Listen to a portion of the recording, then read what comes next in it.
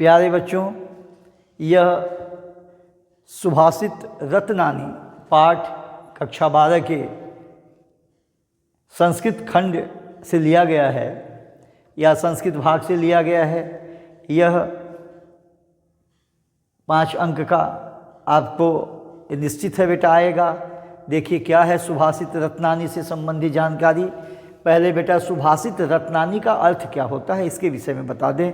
इसको हम सूक्तियाँ भी कहते हैं और इसे हम सुंदर वचन की भी नाम से जानते हैं। सुभाषित रत्नानी मतलब सुंदर वचन। देखिए क्या है, यानी सुंदर वचनों का आभूषण कह सकते हैं। पहला श्लोक क्या है बेटा इसमें, इस अध्याय से, भाषा सुमुख्याम मधुरा दिव्या गिर्वाण भारती तस्या ही मधुरम काव्यम तस्मादपि सुभाषितम। फिर से देख लीजिए बेटा, भाषा सुमुख्या मधुरा दिव्या गिर्वाण भारती तस्या ही मधुरम काव्यम तस्मादपि सुभाषितम। प्यारे बच्चों, इसका अर्थ क्या है बेटा, भाषासु, यह सप्तमी विभक्ति है बेटा। अंत में जहाँ असु लग जाता है यह सप्तमी विभक्ति होता है, जिसमें में या पर लगाइए तो यहाँ भाषाओं में हो जाएगा। मुख्या माने प्रधान, प्रमुख, मुख्य जो भी कह दीजिए, यानी प्रधान यानी भाषाओं में प्रधान। मधुरा माने मधुर, दिव्या माने होता है, दिव्य माने अलौकिक। दिव्य माने क्या होता है प्यारे बच्चों, अलौकिक, यानी मधुर अलौकिक। और गिरवाड़ भारती का अर्थ होता है बेटा, यह संस्कृत को कहा जाता है। इसका शुद्ध जो होता है यह देवताओं की भाषा संस्कृत। इसको हम पूरा बात कह सकते हैं, देवताओं की भाषा संस्कृत, या संस्कृत लिख दीजिए। तो क्या अर्थ है मेरे प्यारे बच्चों, भाषाओं में संस्कृत, इसको हम यहाँ ले लेते हैं बेटा। भाषाओं में संस्कृत प्रधान, मधुर और अलौकिक भाषा है। भाषाओं में संस्कृत प्रधान, मुख्या माने प्रधान, दिव्या माने होता है अलौकिक और मधुर माने होता है, मधुर कहिए उसको, यानी भाषाओं में संस्कृत मधुर प्रधान, मधुर एवं अलौकिक भाषा है।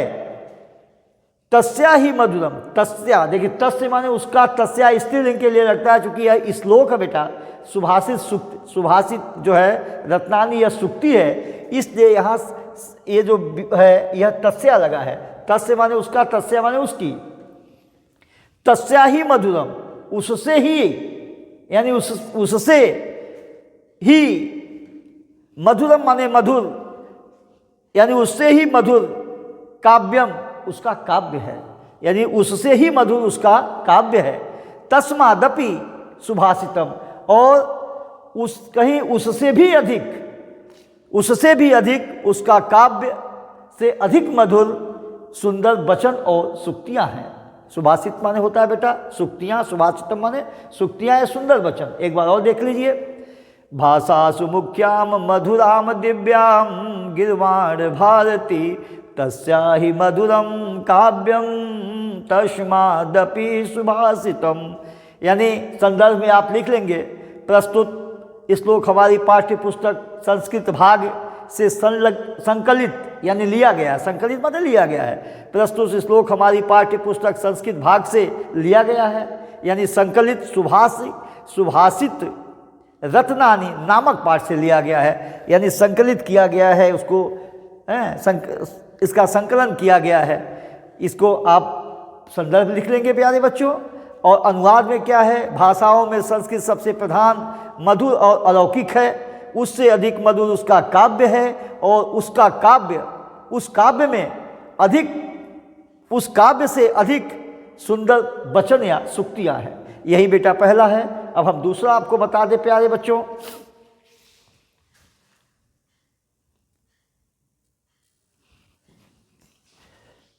दूसरा जो श्लोक है बेटा, सुखार्थिनः कुतो विद्यार्थिनम सुखम।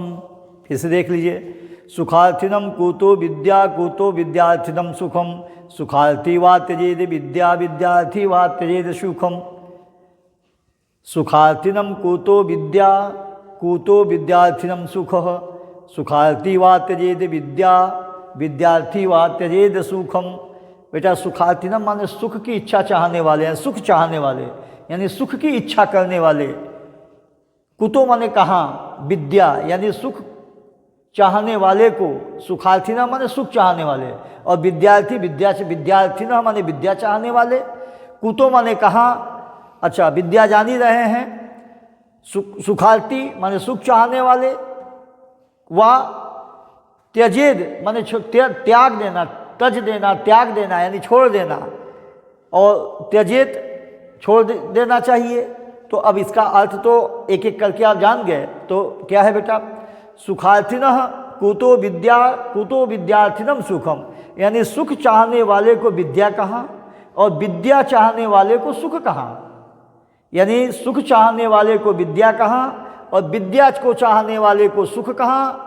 और सुखार्थी वा त्यजेद, यानी सुख चाहने वाले अर्थात सुखार्थी को त्यजेद माने त्याग देना चाहिए, विद्या यानी सुख की इच्छा रखने वाले को विद्या त्याग देनी चाहिए, और विद्या की इच्छा रखने वाले को सुख त्याग देना चाहिए। देखिए प्यारे बच्चों, सुख चाहने वाले को विद्या कहाँ और विद्या चाहने वाले को सुख कहाँ, इसलिए सुख की इच्छा चाहने वाले को विद्या छोड़ देनी चाहिए और विद्या चाहने वाले विद्यार्थी को सुख छोड़ देनी चाहिए। यही है बेटा। अब तीसरा श्लोक हम बताने चल रहे हैं।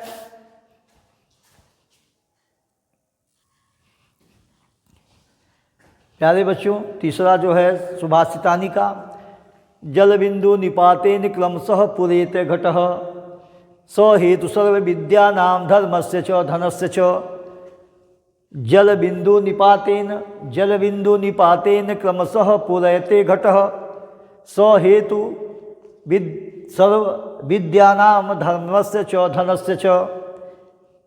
बेटा एक बार और देख लीजिए, जल बिंदु निपातेन क्रमशः पुरेते घटः, स हेतु सर्व विद्यानां धर्मस्य च धनस्य च। यानी वही संदर्भ जो है प्रस्तुत श्लोक हमारी पाठ्य पुस्तक संस्कृत भाग से संकलित सुभाषित रत्नानी नामक पाठ से लिया गया है।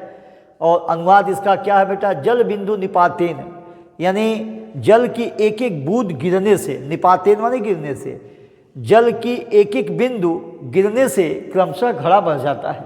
जल की एक एक बूंद गिरने से क्रमशः घड़ा भर जाता है। समस्त सहेतु, हेतु माने होता है बेटा कारण, रहस्य।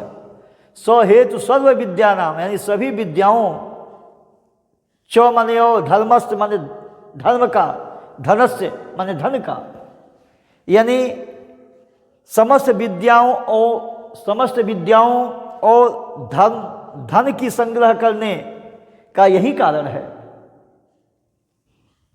या कारण का अर्थ रहस्य ही होता है बेटा। फिर से सुन लीजिए, देखिए जल की एक एक बूंद गिरने से धीरे क्रमशः, क्रम करके यानी क्रमशः घड़ा भर जाता है, और समस्त विद्याओं एवं धर्म और धन की संग्रह करने का यही कारण है।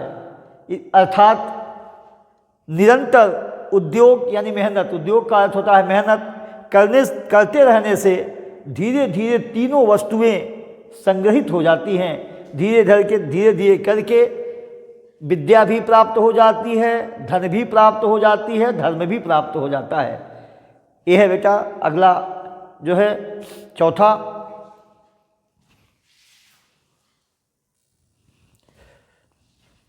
चौथा बेटा है इस चैप्टर का सुभाषितानी का। क्या है चौथा, काव्यशास्त्र विनोदेन कालो गच्छति धीमताम, काव्यशास्त्र विनोदेन कालो गच्छति धीमताम, व्यसनेन च मूर्खाणां निद्रायां कलहेन वा।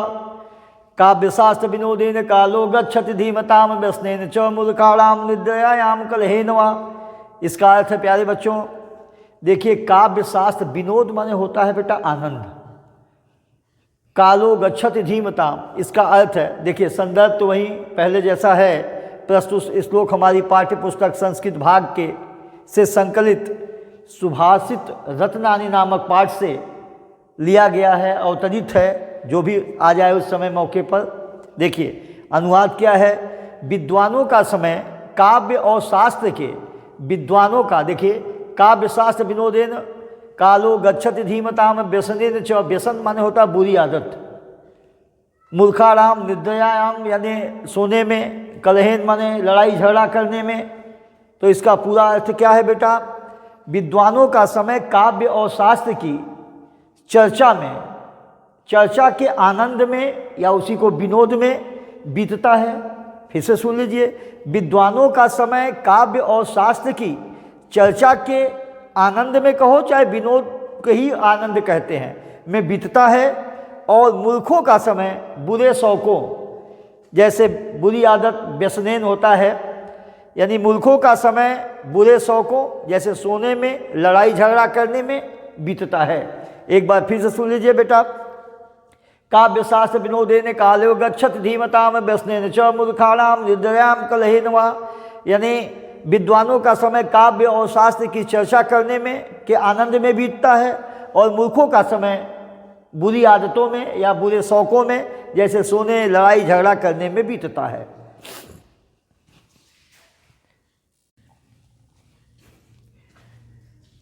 प्यारे बच्चों, हम सुभाषित रत्नानि नामक पाठ के श्लोक को हम अनुवाद आपको बता रहे हैं। क्या है श्लोक बेटा? न चौरहार्यम न च राजहार्यम न चौरहार्यम न च राजहार्यम न भातृभाज्यम न च भारकानि बेकिते वर्धते वै नित्यम विद्याधनम सर्वधनम प्रधानम। फिर से देख लो बेटा, न चौरहार्यम न च राजहार्यम न भातृभाज्यम न च भारकानि बेकिते वर्धते वै नित्यम विद्याधनम सर्वधनम प्रधानम। इसका अर्थ मेरे प्यारे बच्चों, देखिए पहले आप संदर्भ लिखेंगे कि प्रस्तुत श्लोक हमारी पाठ्य पुस्तक संस्कृत भाग से संकलित सुभाषित रत्नानि नामक पाठ से लिया गया है। ये बेटा संदर्भ में हो जाएगा मेरे प्यारे बच्चों। फिर से देख लीजिए बेटा, दूसरी स्थिति संदर्भ आप लिखेंगे, इसके बाद अनुवाद क्या है। देखिए, ये ऊपर वाली लाइन से न शुरू करके बेटा यहाँ नीचे वाली लाइन से शुरू करना ज़्यादा बेहतर है। अगर हम ऊपर वाली लाइन से शुरू करते हैं, न इसे चोर चुरा सकता है, किसके विषय में कहा गया है? विद्या के।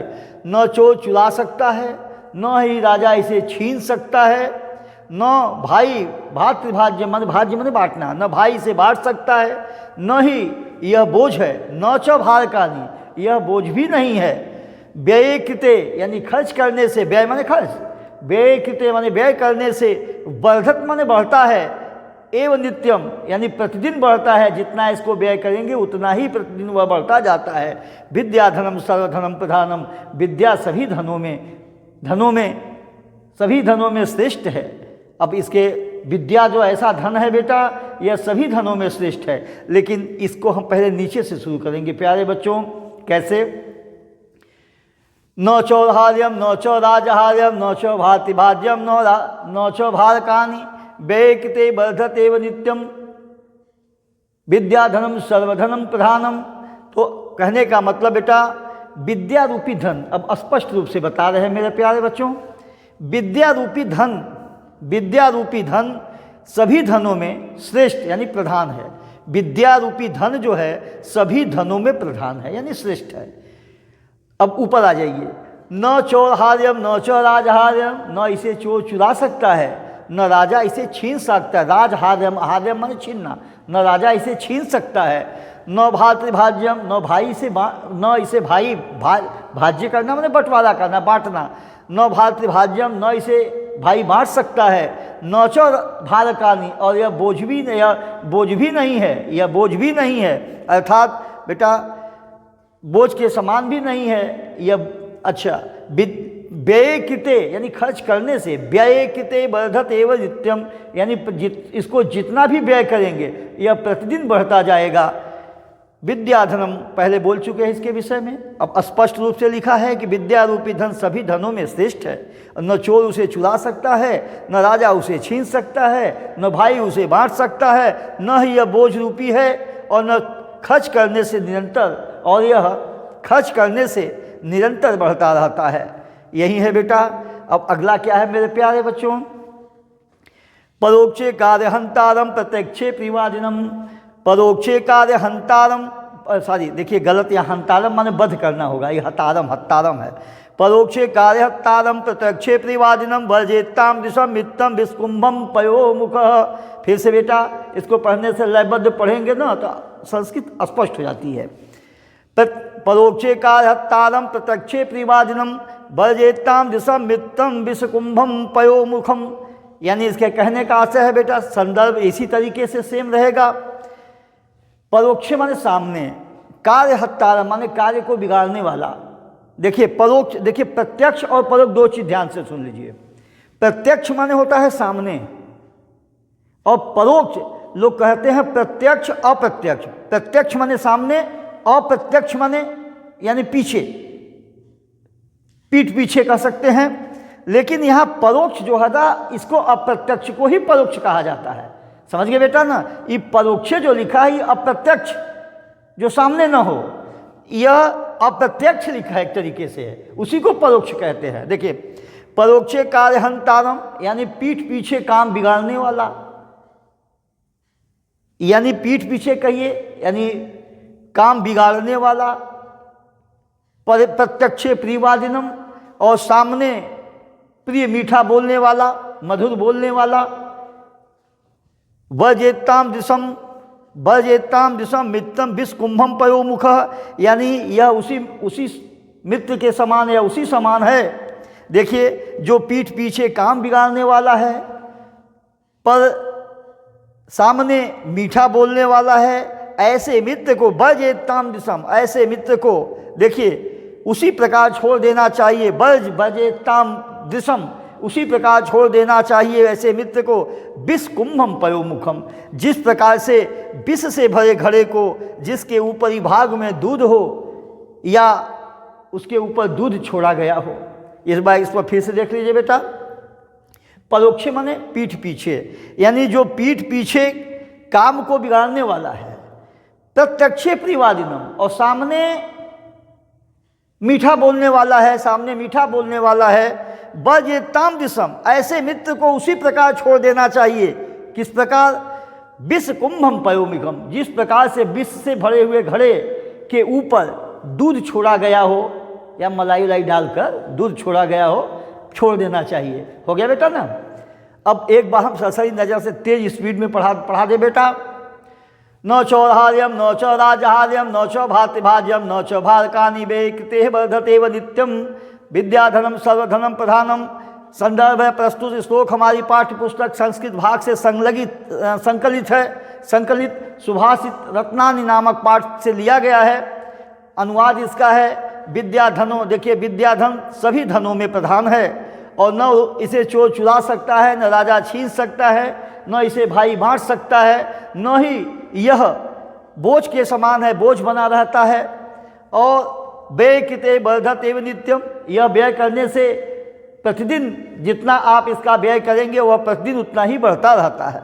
दूसरा है बेटा परोक्षे कार्यहंतारम प्रत्यक्षे प्रियवादिनम वर्जेताम दिशम मित्रम विस्कुंभम पयोमुखम, जो पीठ पीछे काम बिगाड़ने वाला है पर सामने मीठा बोलने वाला है हो, ऐसे मित्र को उसी प्रकार छोड़ देना चाहिए जिस प्रकार विष से भरे घड़े को जिसके ऊपरी भाग में दूध छोड़ा गया हो बेटा।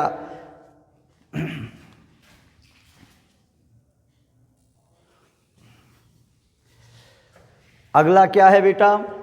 अगला है उदेति सविताम तामस्ताम एकस्तमेति च संपत्तौ च विपत्तौ च महतामेक रूपताम। उदेति सविताम तामस्ताम एकमेस्ति च संपत्तौ च विपत्तौ च महतामेक एक रूपता। देखिए इसका अर्थ है मेरे प्यारे बच्चों, संदर्भ जो है उसी तरीके से प्रस्तुत श्लोक हमारी पाठ्य पुस्तक संस्कृत भाग्य से संकलित सुभाषित रत्नानि नामक पाठ से लिया गया है। देखिए उदेति सविताम, सूर्य। देखिए उदेति माने उदय होते ही, सविताम माने सूर्य, ताम्र अस्ताम्र माने तांबे के समान लाल या ताम्र अस्ताम्र यानी लाल होता है, यानी सूर्य उदय होते समय लाल होता है। एकस्तमेति, अस्त माने देखिए एक अस्तमेति च, और अस्त होते समय भी लाल होता है। देखिए उदेति सविताम ताम अस्ताम एकतमेस्ति च, यानी बेटा सूर्य उदय होते ही, सूर्य उदय होते समय भी लाल और अस्त होते समय भी लाल होता है। संपत्तौ च विपत्तौ च महताम एक रूपताम।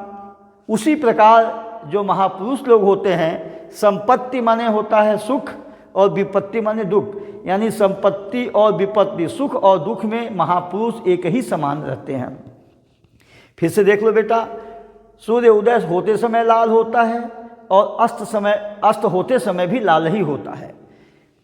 उसी प्रकार से महापुरुष लोग संपत्ति और विपत्ति यानी सुख और दुख में दोनों ही स्थितियों में एक समान होते हैं। यहाँ स्पष्ट लिखा है बेटा, सूर्य उदय होते समय लाल होता है और अस्त होते समय भी लाल होता है। उसी प्रकार संपत्ति यानी सुख, विपत्ति यानी दुख, दोनों स्थितियों में महापुरुष एक ही रूप में होते हैं या कहीं समान होते हैं। अगला क्या है बेटा कि विद्या विवादाय धनम मदाय शक्ति परेशान पर पीडनाय। विद्या विवादाय धनम मदाय शक्ति परेशान पर पीडनाय। खलस्य साधौ विपरीतमेतज्य ज्ञानाय दानाय च रक्षणाय। श्लोक है बेटा, अच्छा श्लोक है।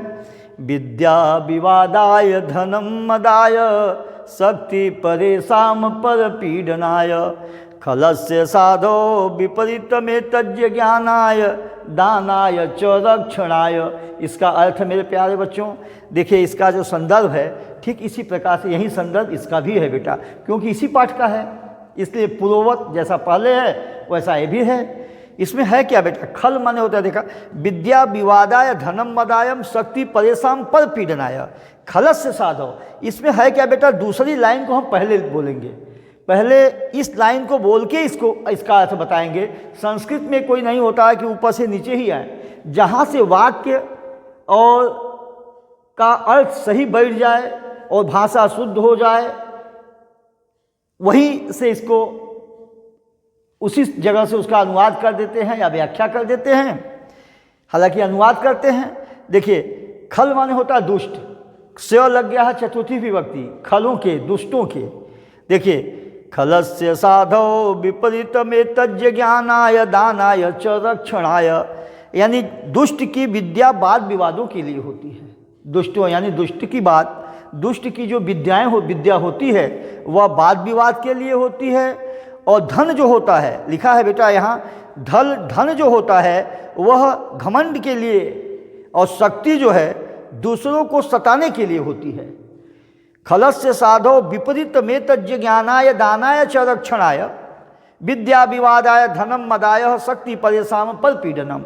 देखिए, दुष्टों की यहाँ लिखा है विद्या विवादाय धनम मदाय, धन मदाय शक्ति परेशान दूसरे लोगों को, पर पीडनाय यहाँ पर स्पष्ट लिखा है कि दुष्ट की विद्या वाद विवाद के लिए होती है और धन घमंड के लिए, शक्ति दूसरों को सताने के लिए, परपीडनाय दूसरों को सताने के लिए होती है। इसके विपरीत जो साधु होते हैं, सज्जन होते हैं, इसके विपरीत सज्जन की विद्या ज्ञान प्राप्ति के लिए, धन दान के लिए और शक्ति दूसरों की रक्षा के लिए होती है। यही बेटा इसका अर्थ है। और इसके बाद अगला हम बता दें